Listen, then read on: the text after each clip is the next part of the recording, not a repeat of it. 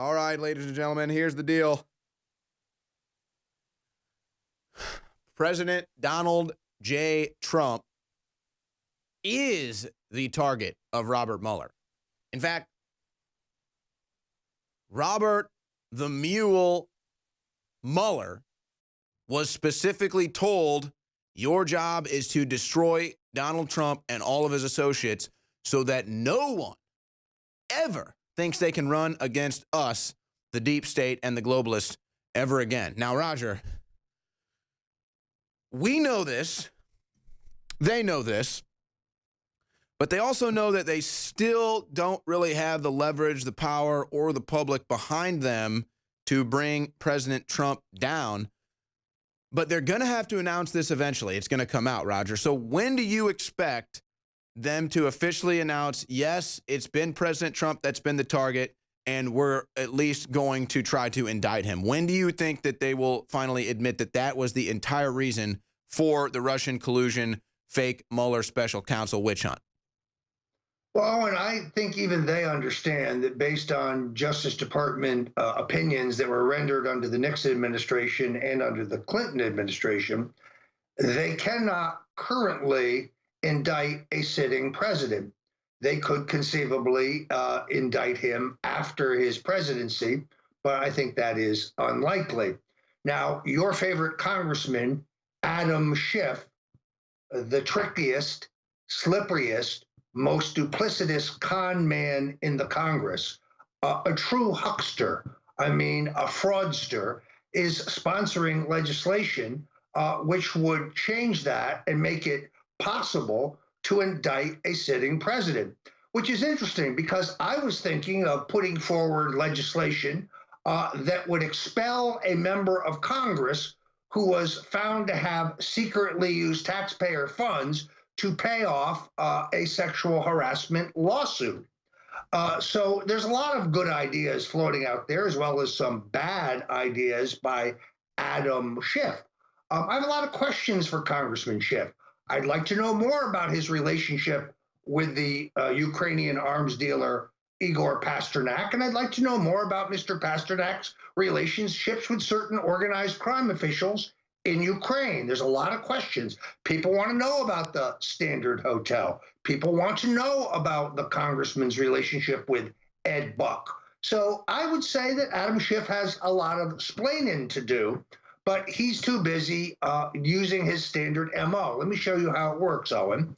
He comes out a week ago and he says, Donald Trump faces the prospects of real jail time based on these new revelations regarding Michael Cohen.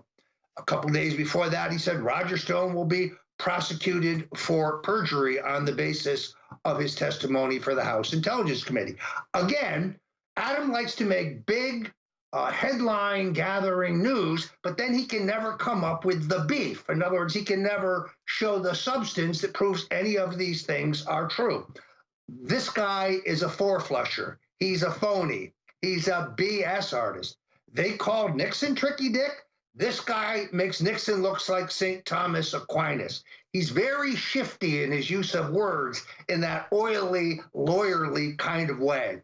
He is public enemy number one. And very shortly, we're going to be unveiling an important new political action committee called Schiff Busters, which is dedicated to educating the American public regarding the truth about Adam Schiff, little Adam Schiff.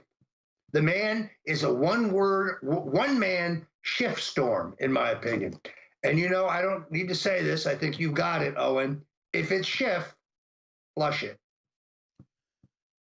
But Roger, my question for you is, when and if does the Mueller special counsel admit that this is all about Trump, admitting that Trump is the target?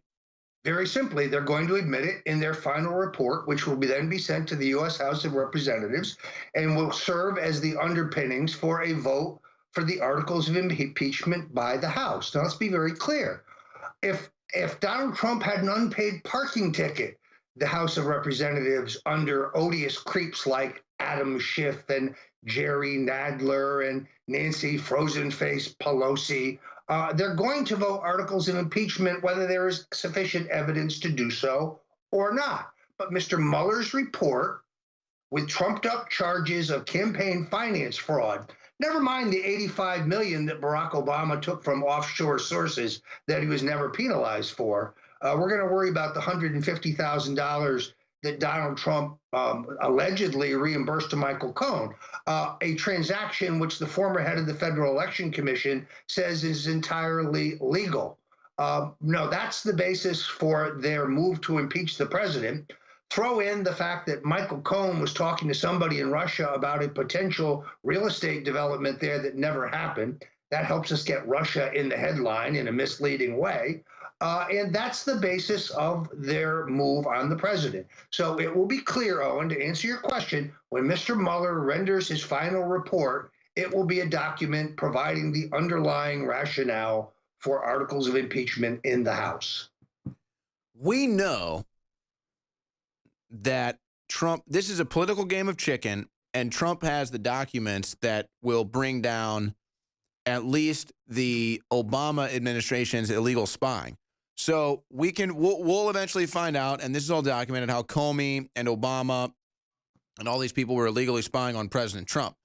But do you think that that is enough juice to curtail, or in this game of chicken, to stop Robert Mueller from releasing his report or whatever his announced indictment is of Trump? Or do you think they'll say, all right, you go ahead and expose the Obama administration and Comey and all the people for the illegal spying. We're still going to indict you? Well, this is just conjecture on my part, Owen, but perhaps they'll happen on the same day. In other words, the day that Mr. Mueller releases his report may be the day the president declassifies everything. Well, I expect it to be on the same day, but that's what I'm asking, Roger. Do you think Mueller's just going to say, because he knows it's coming too, do you think he's just going to say, okay, well, just go ahead and do it? The Democrats don't care. You could have a blizzard in August. They wouldn't care. They're going to vote articles of impeachment.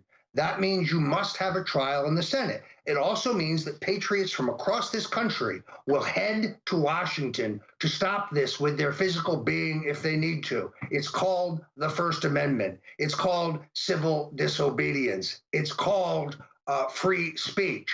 It's not 1974. They can't keep this a secret. If we knew about Watergate then, what we know now, I suspect Nixon would never have been impeached, and he never would have resigned. He actually wasn't impeached, but he was facing impeachment, and he resigned because he did not have the votes in the Senate. We didn't know that half the Watergate burglars were on the CIA payroll. We didn't know that Judge Sirica was corrupt and was plotting with the Watergate special prosecutor. So we'll hit the rest of this on the other side. Thanks for joining Owen and I here on The War Room.